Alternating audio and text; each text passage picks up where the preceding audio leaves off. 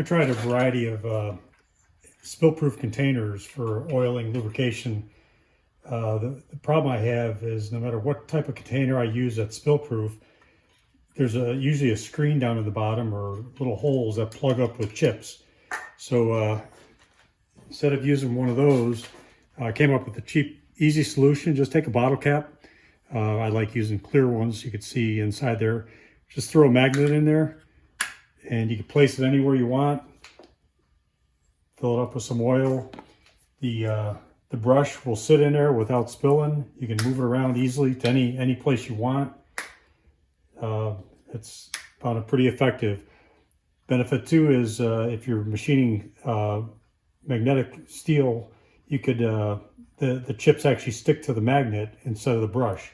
So as you're lubricating, you're getting a much cleaner oil to the lubrication.